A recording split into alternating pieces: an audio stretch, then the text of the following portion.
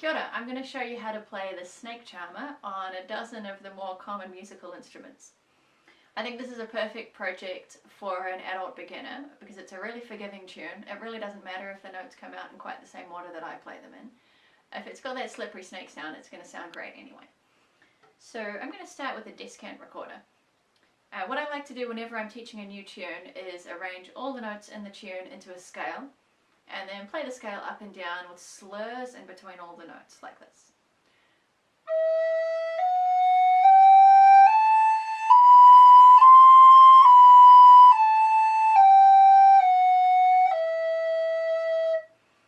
And next we're going to separate the notes by tonguing, like this.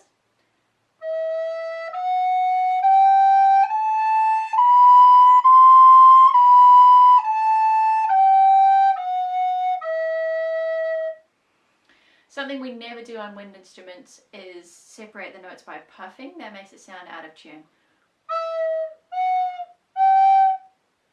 So for this tune, I play it mostly with slurs, but tonguing is useful for when you have lots of the same note in a row, or if there's a big jump in between the notes.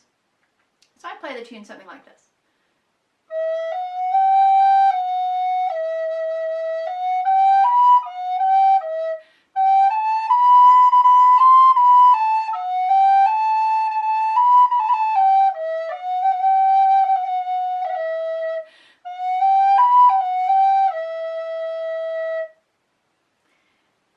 I'm going to swap to my treble recorder. It's also called an alto. And we're going to play this with exactly the same fingering. The sound that comes out is not the same. This is going to be in the key of A minor, where the descant was in E minor. But unless you're playing with another person and an instrument, you don't have to worry about that. So because the fingering's the same, I'm going to add some slides this time. That just means sliding the fingers off the holes. That's great for a slippery snake sound.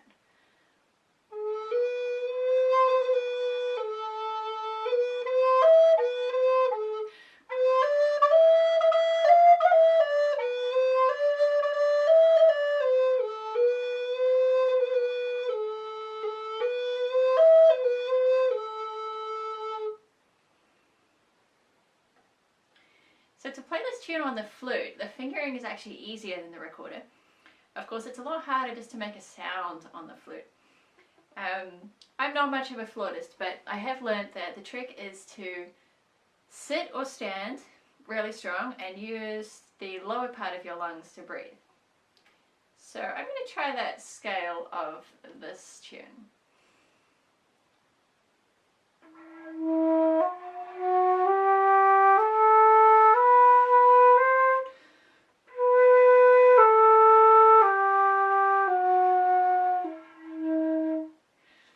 And here's what the tune sounds like.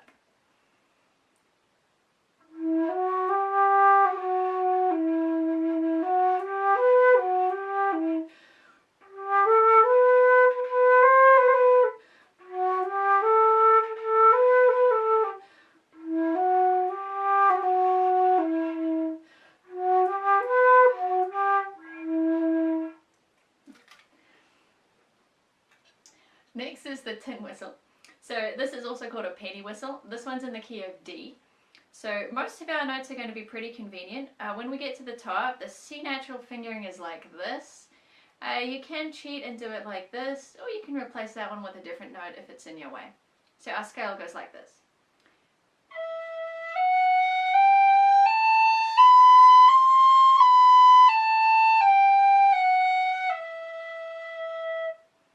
Tonguing's not really something that whistle players do a lot of. What they do instead is lots of little finger flicks.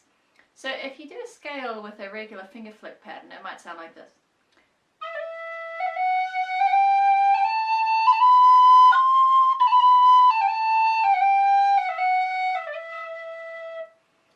And if we put some of those into the tune, it goes like this.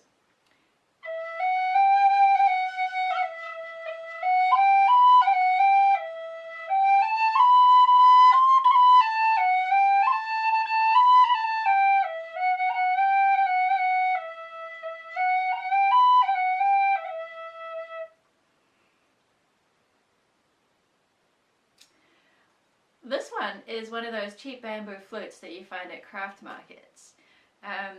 This used to have 6 holes that were all exactly the same distance apart. So I couldn't play any scale on it at all. So what I've done is mostly block the third to bottom hole, and that makes it have the same fingering as a tin whistle. So you can see it's got a smaller hole right there. So now I should be able to play that scale of this tune.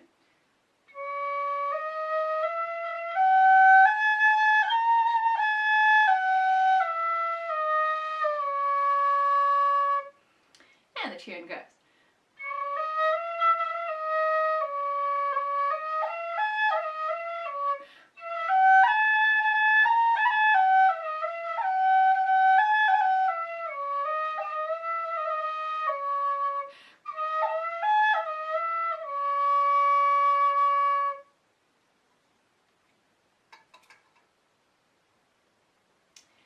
This little round instrument is called an ocarina. There are lots of different types of these.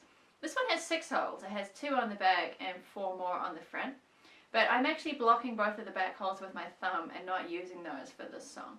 So if you have one that has 4 holes, and one of them is smaller than the other 3, then that's probably going to have the same fingering as this. So I have a go at that scale of this tune.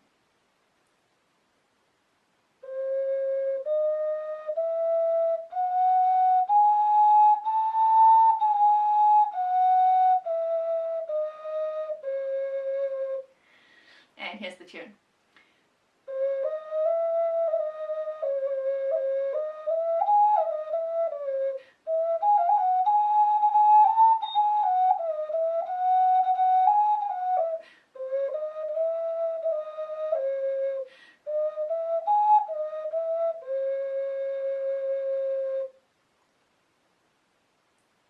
If you've got one of these keyboard style instruments, here's how this tune is going to work.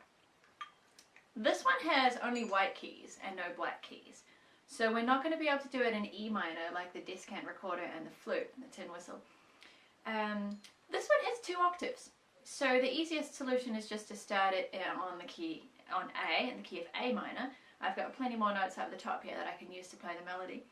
And I've even got an A and a G down the bottom there that I'm going to try and use for a little repetitive harmony with my left hand, like this.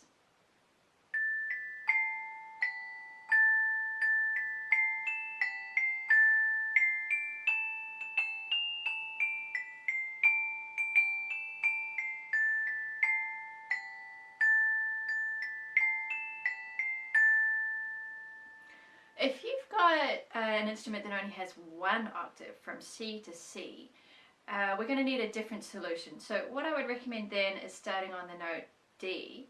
Most of the tune works just fine like this. You can hear the beginning sounds just right. When we get to the top, we're going to get in trouble.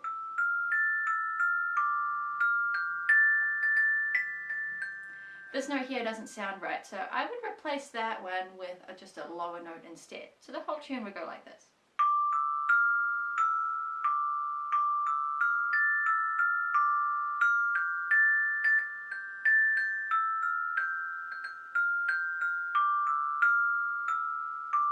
And so on.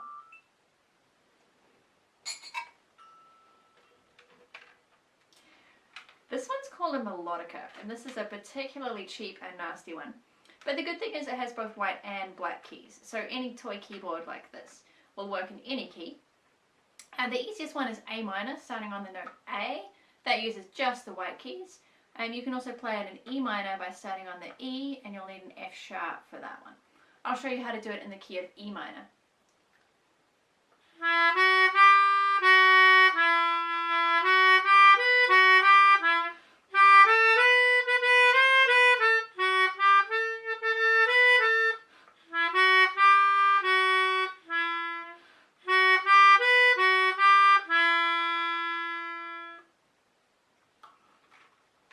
So next we come to the string family. I'll start with the violin. When we do the scale of this tune, we're going to slur in between all the notes, and we're starting on E, first finger on the D string.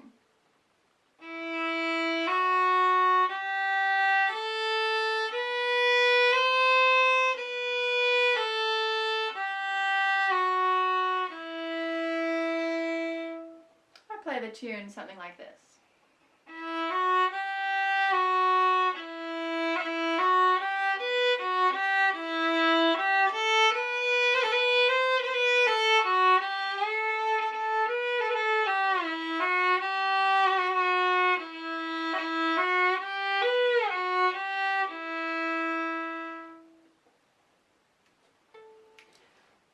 ukulele, it's actually completely possible to play the tune just by using the second and third frets on the bottom two strings, and that goes like this.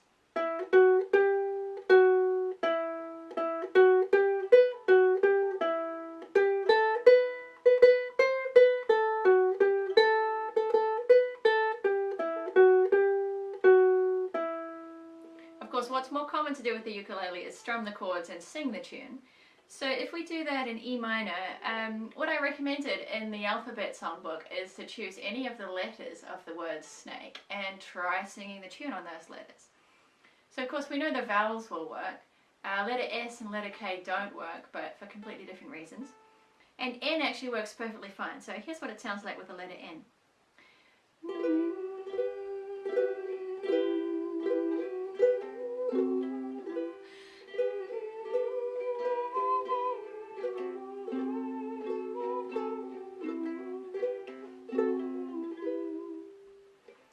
You can also do it in A minor and sing it either quite a bit higher or quite a bit lower. If I sing it higher, it starts getting just a little too high for me, so I have to get slippery slidey between the notes. And I forget about what letter I'm using and just go for a bit of a vocal clarinet sound like this.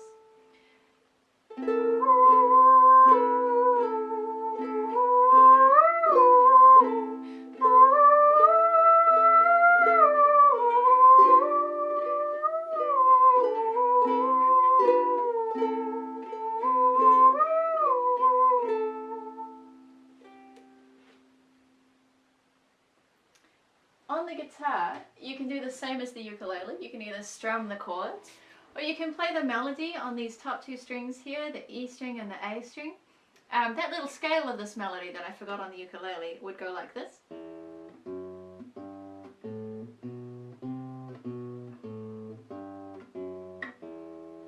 Or you could use two fingers walking that scale.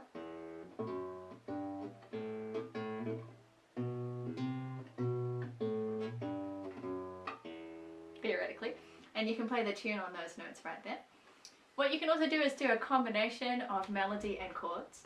I can do a really simple version that uses a small E minor chord that just has the bottom three strings in it. It uses a D7 and it uses a full E minor chord with all six strings like this. And it goes a little bit like this.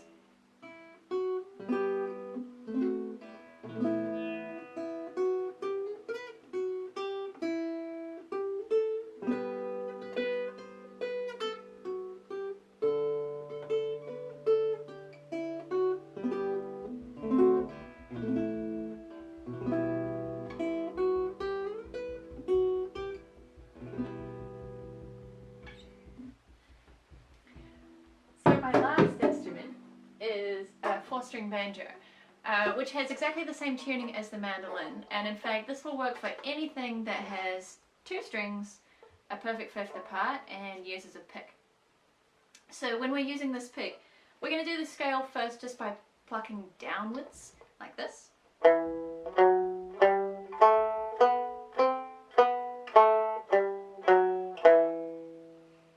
And next let's try plucking down and up, like this.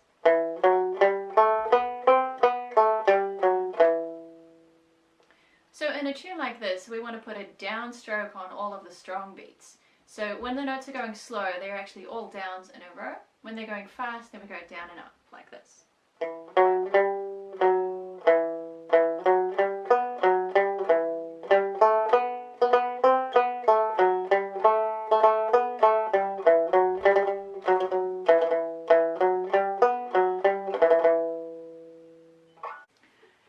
All the instruments that you might have lying around and how you can play the snake charmer.